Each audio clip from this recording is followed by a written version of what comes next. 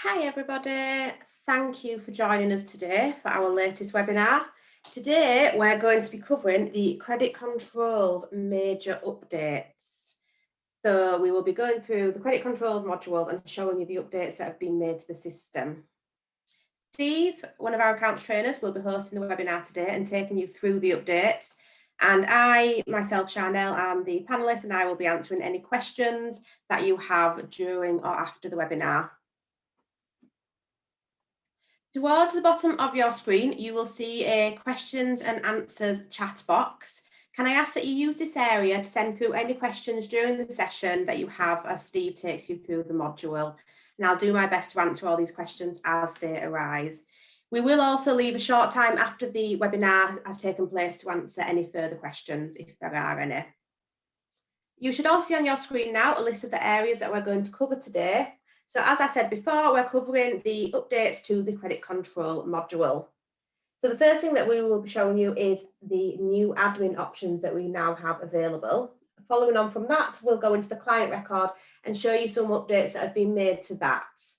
Following that, we will look at the procedure maintenance updates and the new things that you can do within there. And after that, look at the processing and looking at producing any letters and emails. We'll then take you into the red globe options and show you some new work restrictions, and then look at placing these on a client or matter. Well, finally, we'll finish off with some upcoming functionality changes that we will have available shortly, and Steve will explain what will be happening with that. Okay, so just to re-emphasise, please feel free to ask some questions during the presentations taking place. I am available on the chat, so I will answer them to the best of my ability. But I will leave you for now and pass you through to Steve. Thank you, Chanel. Good afternoon, everybody. Hope we're all well. Apologies, I haven't got my camera switched on because we're recording this session. So if you don't already know, most of the webinars now, we will record and put a link on the Linetime website so that you can refer back to it at your leisure. I think they're only going to be on there for about a month or so before taken down. So as Chanel has already said, we will be going through the credit control updates. And obviously just to explain that this webinar is solely based upon the updates. So we won't be doing a full overview of credit control and looking at each module like we've done on other webinars, but we will be just zoning and focusing on the updates. Just as a clarification as well on the credit control updates, we always try to make sure that when we're doing updates, it doesn't affect your current functionality. So what I'm about to take you through now and show you all the different features that have been added to the system. If you don't switch on these features, if you don't switch on using a client path, credit control path, so if you don't switch on any of the other new features that are here, then it won't affect how you currently use the system. The hope is that with these new features, it may enhance the way that you work. Okay, so first of all, with credit control, just to give you a brief summary of what we're going to cover, the new features that I'm going to demonstrate to you today that will obviously can affect you, and you might notice them and you might think, oh, what is this? I'm first going to show you how you can embed credit control documents onto an email. After which I'm going to show you how you can attach credit control parties and the functionality of credit control parties within Liberate. And then we're going to finally look at work restrictions, which is a new credit control status, which is effectively, you've already got warning, you've already got a stop, which hopefully everybody on this webinar will know what the credit control warning does and the credit control stop does. But there's now a third credit control status, which is work restrictions, and I'll take you through how that works. And then finally, at the end, I'll just take you through something that's in test, which will be coming up in about the next 2-3 months. And there's other bits in between as well. So let's start off then. We're going to start off in admin and our administration area. So hopefully you're familiar with the administration area. The first part of call that we're going to look at is the precedence area and looking at our credit control precedents. Now, the version that all of these updates are in is version 3.0.226. So that's version 3.0.226. And it's currently in release. So if you haven't got that version, then you can contact Linetime support and ask for the latest version. Hopefully, you might already have an upgrade pending, but if you haven't got an upgrade pending, then please contact Linetime support for an upgrade if you like any of the features that I'm about to show you. So looking on admin, utility, and the credit control precedents here, the new feature, one of the new features that you have is when you click on a credit control precedent now, and if you look here, you've got the precedent header as normal. With the credit control action, just in the middle of the screen where my mouse is, if you choose email in the credit control option, you now have an option on the left-hand side, which is to embed email. Embed email. I will demonstrate this later on, but what this essentially does is it says when you come into credit control and the system produces this precedent, embed the precedent wording and merge codes, etc., onto the email. Rather than an attachment, it will send it as an email. And from there, obviously, you can just send the email. So this is the first update that I'll take you through, which is this little tick button here, which is credit control, email, and embed. If you choose letter, let's say, for example, then you'll notice that the embed email grays out.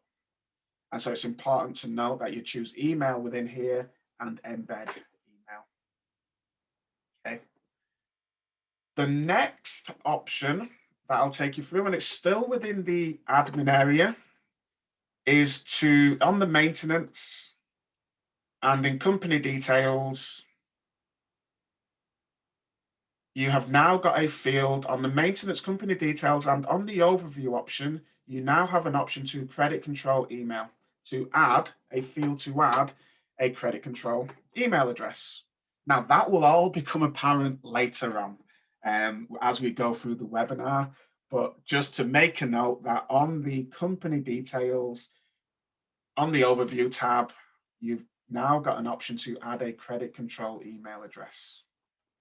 Okay, so these are the new options on the admin utility. Just one thing that I neglected to mention on the precedence area here, if you did select email and unticked embed email, then the system will simply send that precedent as an attachment.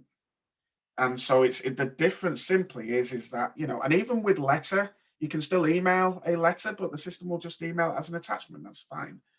The added functionality here is email and the option to embed, which will embed the precedent wording onto an email, which I think is quite cool.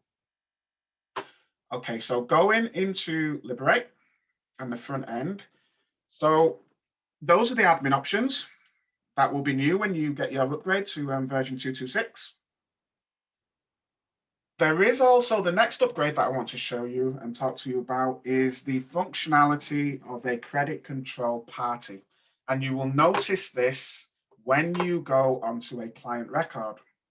So if I click on a client record, one that I already had open, and at the top left, you have got the billing/write-off option. And when you click on the billing/write-off, on the right-hand side in the credit control options here, you will notice the new option of credit control party. Credit control party. Now, the reasoning for the credit control party here is that, let's say, as a firm, and the credit control functionality as it currently stands, is that when you are sending out credit control letters, or if you are addressing a credit control letter to somebody, if you are using the merge codes of bill nam and bill add 1, bill add 2, bill address, etc., then the letters are always going to go to wherever the bill went to. And that's current functionality. So that's just clarifying that the current functionality within Liberate is that credit control letters will go to wherever the bill went to, and it's pretty straightforward. If you have a situation whereby the bills might go to one branch or bills might go to another branch, etc., etc., etc., but then you always chase one place or you always chase one person for the bills, then this is where the credit control party comes in. Now, on the client record, you can attach a credit control party. And so here I can attach Aaron Jones or any other party attached to the client record. You can attach that party here and say, this is the credit control party. Now, if you remember right at the very start, I said that functionality within the system that we're adding won't change the way that you currently work unless you employ it. And so with the credit control party, the new functionality is that we've created some new credit control merge codes on your precedents. And effectively, the new merge codes are CC party name, CC party address 1, CC party address 2, etc. And so therefore, if you recoded your precedent letters to be the CC party name, CC party address, etc., then all of the letters for credit control would go to this party here. Not whoever the bill went to, but the party here. So the system would pick up the Aaron Jones address party details here and send all of the credit control letters there. Obviously, if you do not recode your credit control letters, then having a credit control party set at client level makes no difference to you whatsoever. And it will have zero effect on functionality and where letters go to. It's only if you recode your credit control precedents that then this credit control party has a major effect on your system. And again, if you need some of these merge codes, then please just send an email into support and say, I want to start chasing by credit control party. Please, could you send me the relevant merge codes for my credit control letters so that they will be addressed to the credit control party rather than the credit control bill address. Now, if, let's say, for example, and that's that, and you know, looking on the left-hand side, we've got client, and you can see there you've got credit control party, but you might have noticed just to the right of this, you've got set credit control party on all cases. Now, if I set client here and press this little button of set credit control party to all cases, then this party will be set as default on all cases. So if I just open up a case record, I'm in a case record now, just one that I had open earlier. And on the properties icon and in the matter info area, you can see there that the credit control party is Aaron Jones. Now, it may be a case that on the client record, you actually want different parties on different matters. And it might be that this party you're chasing for this matter, this party you're chasing for this matter, etc., etc., etc. And so therefore, all you would need to do is change the client level from the credit control level from client to matter. And then ultimately from this point, when you go on to the case, then you will be able to pick a different party to chase on that matter. But obviously, if it's the same client across all matters or the same party across all matters, then you can leave that at client level. But just to obviously explain that, even if it was at matter level or client level, when you open up new matters or parts or new cases, this party will always default to the matter anyway. It just so happens that if it's at client level, you won't be able to change it. But if it's at matter level, you will be able to change it per matter. Now, one idea, because I always like to think outside the box and I like to think outside the box with credit control, is that, well, okay, Steve, we're not using credit control party to chase clients. You don't have to. If you're happy with the credit control chasing wherever the bill went to, then that's absolutely fine. You actually can use the credit control party for any particular reason that you wanted to. And I'll show you how you can pull the credit control party through onto the bill book and even into the processing area as a new column. So the credit control party is a new column in the bill book, and it's also a new column in the processing area. But just one example, if we're thinking outside of the box, credit control party, if you've got more than one credit controller in your firm, then you can even set the credit control parties up as the individual users So I could create a new party on the client called Stephen Broody, and I'll set Stephen Broody up as the credit control party. Just to re-emphasize, as long as you don't change your precedence to be addressed to the credit control party, then the credit control party won't necessarily pull in anywhere. It won't have any effect. It is effectively a view. And so I could have Stephen Broody as the credit control party on here, and in a different client, we may have Sue as the credit control party, and so on and so on and so on. Or you may even choose the credit control party as a user who is responsible financially for this client, maybe a financial partner or one partner or whatever it may be. But you can use the credit control party for whatever purpose that you need if you are not coding your bills or your precedents as such, or credit control letters as such. So within here, when you get the upgrade, obviously on all of your clients, the credit control party will be blank. And so it would be a process of going into each client and making sure that the credit control party is there. Right. Next, so I'll hopefully tie all this new functionality in as I'm going through. The next bit of functionality that I'm about to show you, which sadly I did get very excited about, but I think it's actually really, really, really good functionality, is the credit control procedure maintenance area. Now, the credit control procedure maintenance area, so we're going to go into credit control and in the procedure maintenance area here. Now, when you go to your procedures, hopefully, again, you should all be familiar with the credit control procedure area here. You won't have seen before, though, two new columns. And the two new columns are here. It's email recipient and email subject line. And, you'll have noticed that there seems to be this emphasis on emails. And in this lockdown world that we're currently living in, hopefully it won't last for too much longer. But, there's the more emphasis on working from home. And even when the lockdown eventually ends, you might be working from home a lot more and not necessarily sending and printing out letters, etc. So the email here, the email functions will help with that. Now, in this example with my procedures, I've got some email letters. I've got email to fee earner, email to fee earner, email to fee earner, client partner, etc. 7-day letter, email to client, letter before action, etc. Now, what you can do here is on the email recipient, if you've set these up for email, on this drop down, you can now choose who the system will automatically email. And so on this first line here, it might be that on the first line, you are emailing the fee earner. And so therefore, in this email recipients, you would just tick recipient is the fee earner. When the system is generating the emails, the system will automatically populate the email with the fee earner's email address.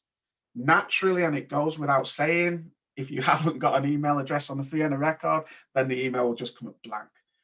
But the same goes with here, client partner. So if you wanted this reminder to go to the client partner, that's fine. Client fee earner, matter partner, credit control.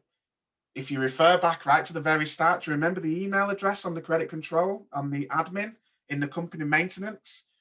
This is who the system will email. So if you tick credit control here, then that's where the system will send that email to. The credit control address on the admin record. Credit control party, that's what we've just been going through. So again, looking at this, if you tick this, the system will email the party set either on the client or the matter, the case record. And so again, it's looking at us thinking, okay, yep. And you can email more than one person. So you can see here that I'm ticking. This first letter might want to send it to this first email, send to the matter partner and the matter fee earner, and also copy in credit control and press OK on that. And it's just important to note that the system's not going to send 3 emails, but it will send the email to all 3 parties. The next column along is the subject line. So I've just got here really simple credit control reminder, bill is over 30 days. And so on and so on and so on. And you just go down your procedures. If you went down the emailing route and embedding, And you know what? Even if you weren't embedding emails, but you still email letters out, let's say, to clients, then you can do this. And you can even stick with putting them in email, their attachments. All you need to do is go on the precedent maintenance area and just switch it from letter to email, switch it to an email, come into your precedence maintenance area here, take it off of the letter side, and then it will be here in the email column for you to choose. And once you've done that, you can then just say, right, actually, yeah, we're not changing anything. All that matters now is just it's the email that's going as an attachment or embedded. In addition to this, what I will say is if you are not emailing, if you do not select anything in here, so if you don't select client partner, client fee earner, matter partner, matter fee earner, etc., then the system will default the email address to be the email address found on the client record.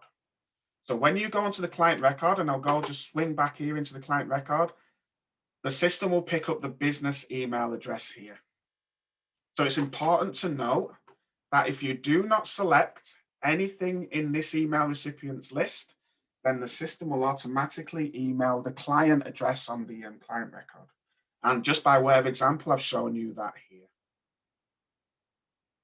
Okay, so this is your new procedure maintenance with the email recipients and the email subjects line. Next, let's go into the processed area, and the bill book. So we'll start off with the bill book actually, just show you the bill book really quickly before we get into the processed area. When you go into the credit control bill book, you will notice that when you go into your right click and column chooser, you will now have a new option in the credit control column chooser for credit control contact. And you can pull in whoever the credit control contact is. This is where I was giving you the example before about, it doesn't necessarily have to be the person that you're chasing for the bill. It can be for internal purposes, whatever internal purposes it is, whether it's the credit controller that's chasing the client, whether it's somebody responsible for the client or the matter, it doesn't really matter. Or, like I say, you can use it for the purpose that it was built, in that you use it and you recode your letters and you chase the credit control contacts. And again, similar functionality with credit control. You've always got these filters on the columns where you can say, show me where the credit control contact is, James Anderson or whoever it may be. So on the credit control bill book, you have got that new column in the column choosers. Moving over to the processing, which is where I will demonstrate the functionality of embedding emails and the new fields as well.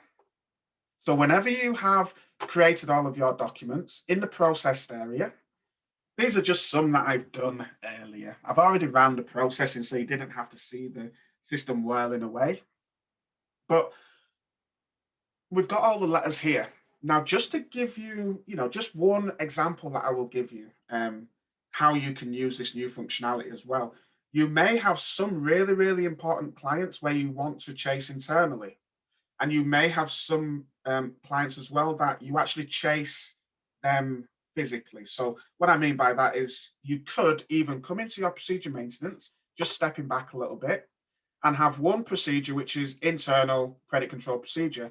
And on this internal credit control procedure, all the lines are simply chasing either the matter fee earner to chase the client or the client partner to chase the client, saying, hey, this client still bills are outstanding. And you attach this credit control procedure to that client to say, internal, we never want to chase this client. It's always internal chasing. And then you could have another procedure whereby it's external chasing. And so credit control actually physically chases the client. And so therefore you wouldn't be sending emails to the client. It might be you always want to chase the client from the email address on the user record, on the client record, sorry. So therefore you'd make sure that nothing is ticked.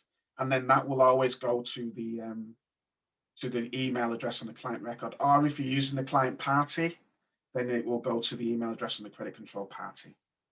On this one, I'm going to leave it as fee earner. So that's just one example of how you can use this new functionality.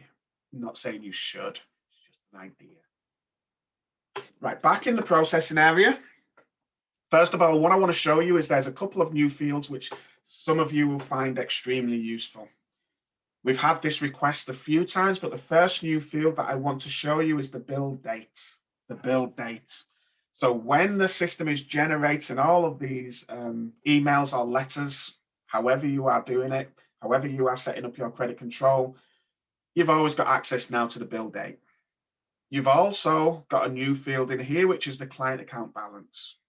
And so as the credit controller, it's always useful that when the system produces all of the letters, you can look at the amount outstanding, and you can also look at the balance in client account. And it might be obvious that this actual email shouldn't go because the money's sat in client account. And as well, you have got the credit control contact as per the bill book, which is the credit control party, or I like to say the credit control contact. So first of all, let's have a look at the functionality within here. If previously when emailing, you would have to select the email button on each one and send out each email, you now have the functionality to select several different lines. So I've selected several different people. You could even press select all. I'm not going to do that. In the bottom left, you now have the email selected. So whether it's an attachment, whether it's embedded, it doesn't matter. In the bottom left, you now have the email selected. So if I press email selected, the system will now just fire up all of the emails. And you can see, as per the example on my screen, I'm just getting all of the emails come up and they're embedded. I've chosen to embed them. Hopefully you all can see the functionality of attachments, because that's already there. The system's just telling me that I've already done that one previously. Do I want to do it again?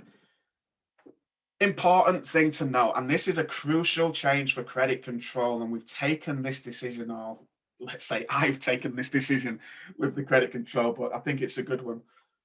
From my perspective with credit control, and from our perspective with credit control, credit controllers won't be time recording or producing recording time when producing all of these emails.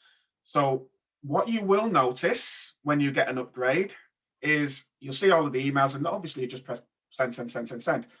Just notice that the two different email addresses. We've changed the system so that whenever you are producing any precedents, printing them, emailing them, whatever it may be, the system will not generate, under any circumstances, a note or time recording window box pop up.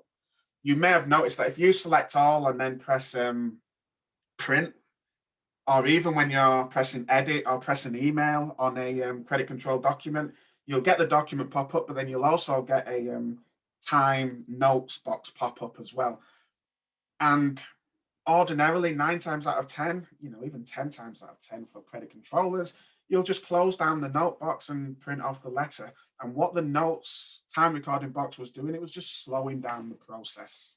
And so we've taken the decision that for credit control, that notes time recording is not going to pop up when you are producing these letters.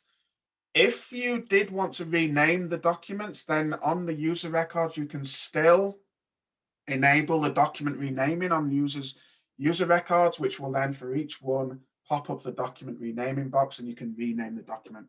But ultimately what the system is doing here is it is automatically saving the email into the case history when you are producing these emails. So from this point, I've said to go to the partner and matter fee earner, so you can see there that they're both there. I would just press send. I have no idea who those email addresses are, so let's send it to myself. And so on and so on. And you would just literally press send, send, send. This is just an example of a precedent that I've created. Everything that you do on the precedent, it just comes onto the email. What I would suggest is if you're embedding, left align. I mean, you can practice on your test databases and see if center works or left align works, whatever it may be. But you can see here as an example, and I've got, this is internal memo to the fee earner. So I've just put hi John, which is fee earner first name, this client matter number in here. Despite your previous note to the client, the bill remains unpaid. Also, please find below the bills also outstanding on the matter. You could do that at client level. And I've also just put in the middle here, For ease of reference, the current contact details we have in file are, etc., etc. So you can produce your bills or your emails like this. I'm just going to close down all of these emails. And as you can see there, reducing or taking out the notes and time recording box really makes that process quite speedy. And you can see there now that all of those have got a tick next to them to say that these are the emails have been produced on these. And, on the left-hand side, you could just press select all an email, and then all the emails would go out, etc.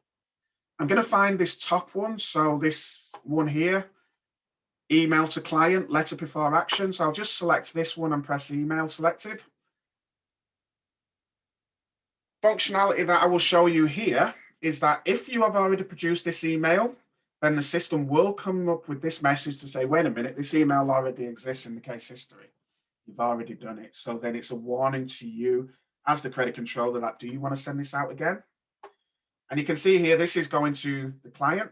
I've put my email address in there, just put in the subject line, overdue invoice, pending court action, dear Mr. Jones, etc., etc. This is the bill outstanding. These are all of your bills outstanding, and that can go as an email to the client rather than an attachment. But again, the choice is yours, whether you wanted an attachment or an email.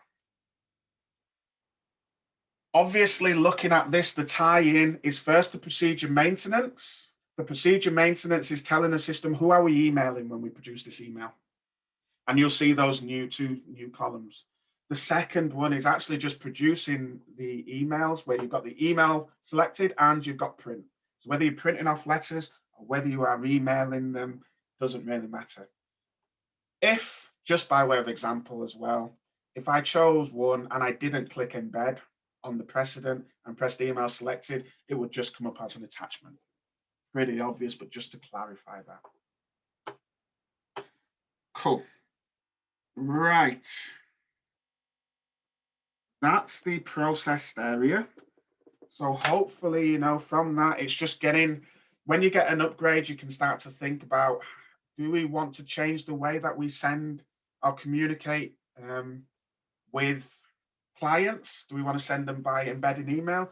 Or do we still want to send letters as attachment, but we just want to use the new functionality of emailing selected and maybe change the actual wording of the email subject line, etc. Okay, so that's your processing area, and that's how the emails all tie in.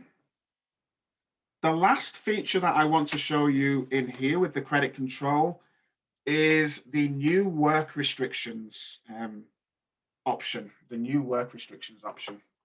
So if I just swing back and go into bill book and open up my bill book. So we know the credit control and the bill book. Hopefully you are all familiar with the bill book. I rattle on about it quite a lot. Now, if I go down to the bottom, get some of my latest bills on my demonstration database here.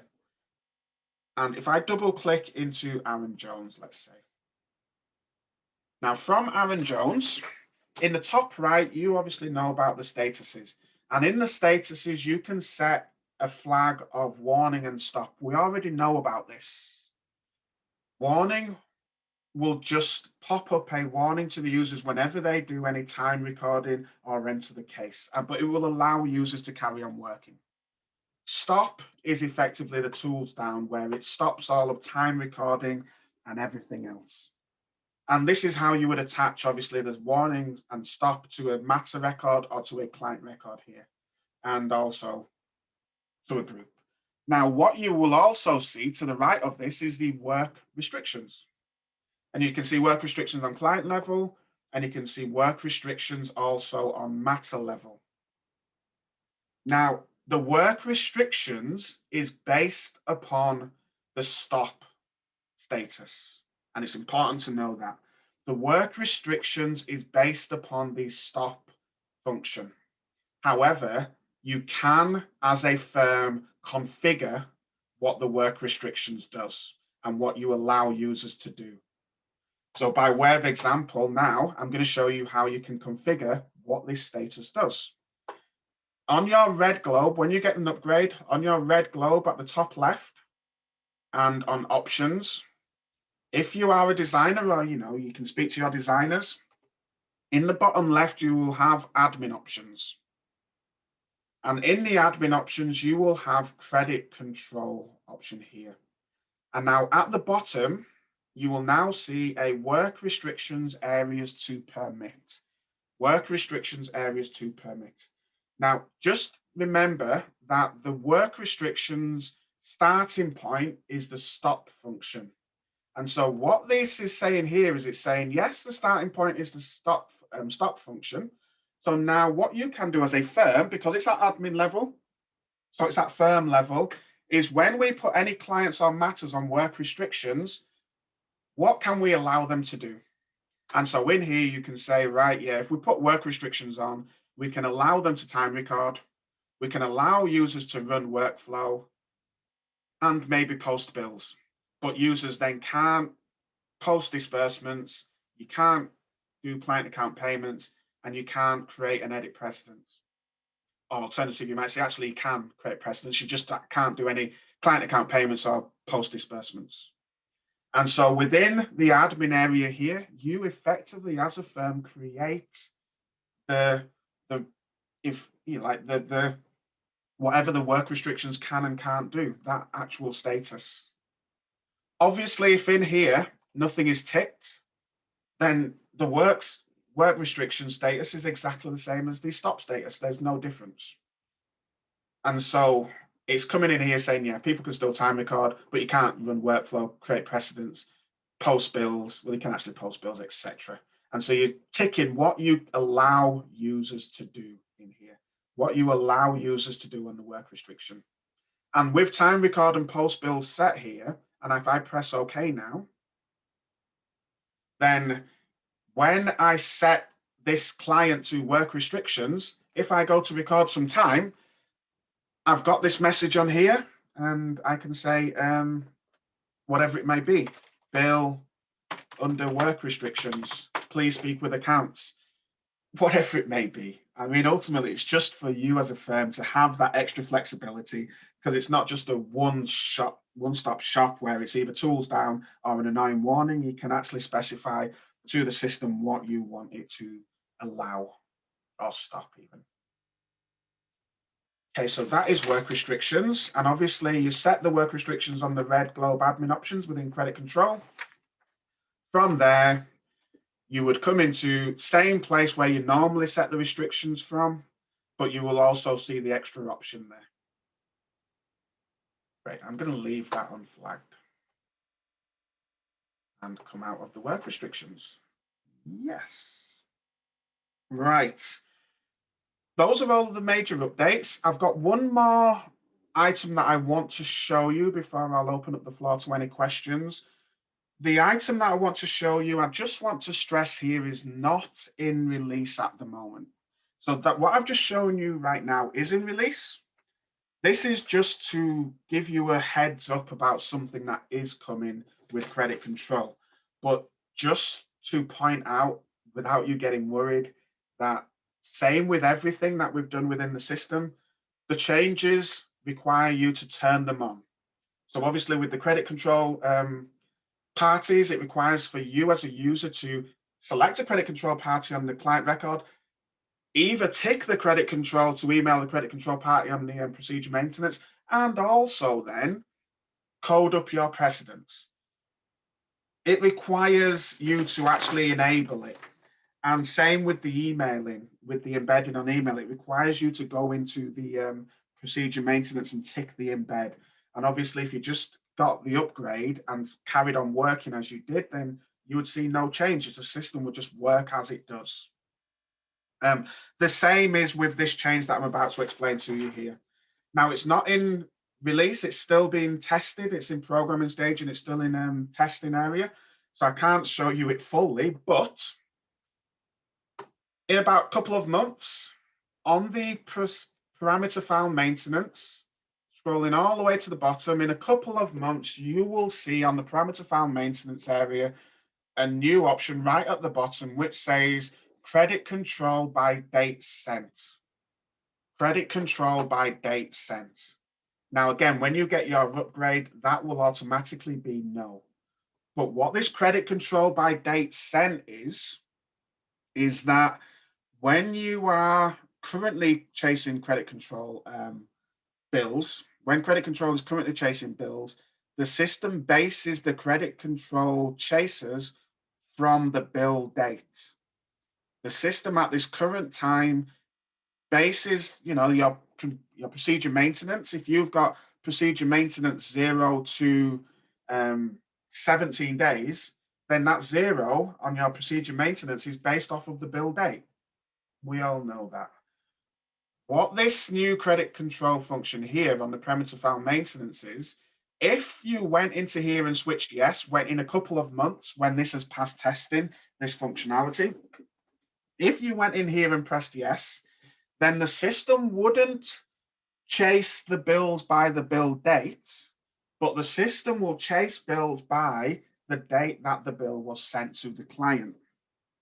Now, then the obvious question from that is, oh, okay, that sounds okay, but how do we input when the bill was sent to the client?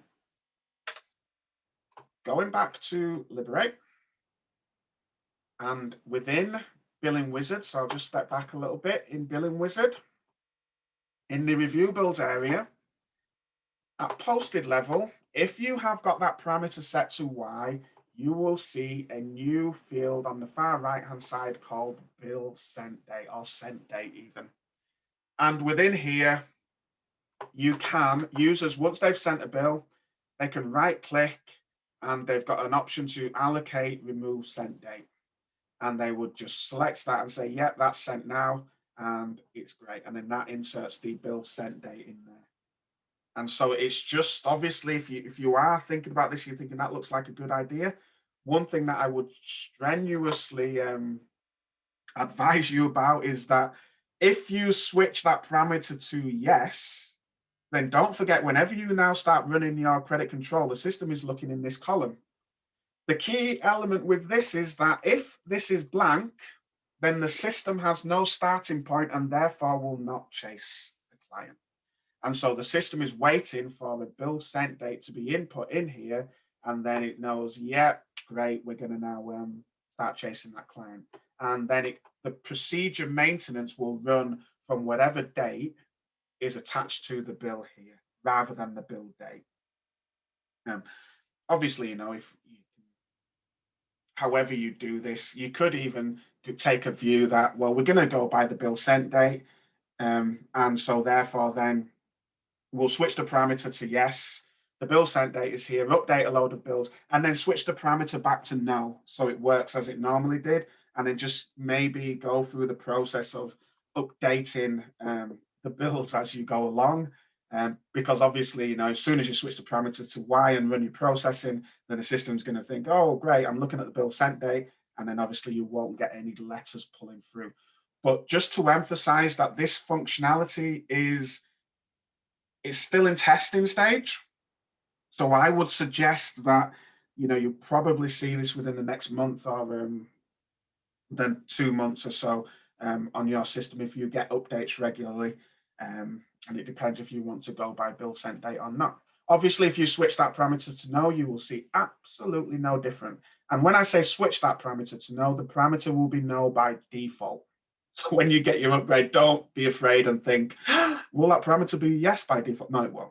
The parameter will be no by default, and so you will see no change. But if you are snooping around on the parameter file maintenance area and you thought to yourself, ooh, what's this here? That's exactly what it is. It means that credit control will now run by the bill sent date rather than the bill date.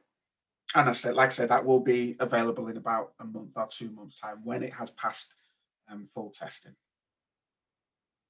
And there you go. So that is all of the credit control updates.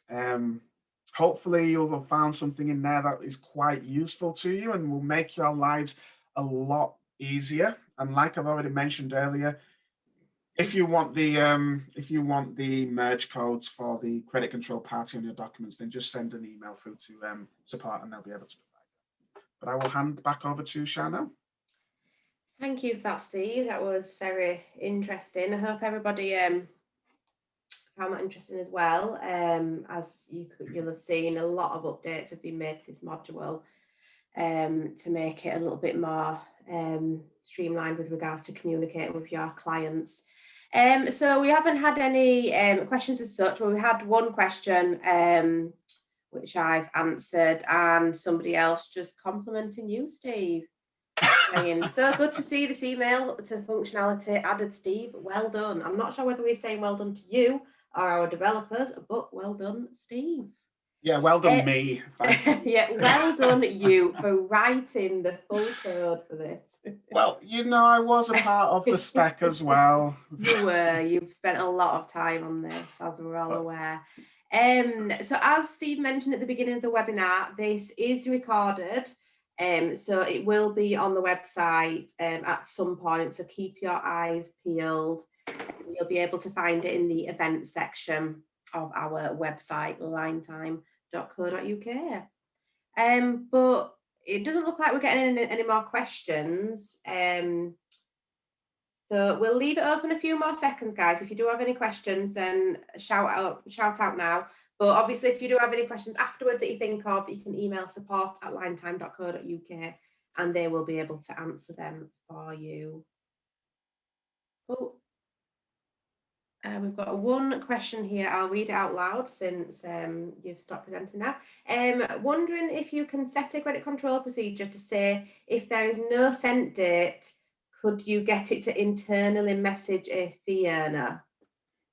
Yeah, it won't. So, I mean, ultimately, the system has been coded so that it won't actually enter the credit control until it's got a date sent attached to it. However, the process of thinking this through is that when accounts are in the billing wizard area, or even credit control at posted level, you would be reviewing this area here and just making sure that any bills that don't have a bill sent date after a certain period of time, then you're going to manually chase the fee earner for. But at this current time, in order for the procedures to work, with no bill sent date, then the system just assumes that it hasn't been sent, so it won't produce the email, even though the email might be internally.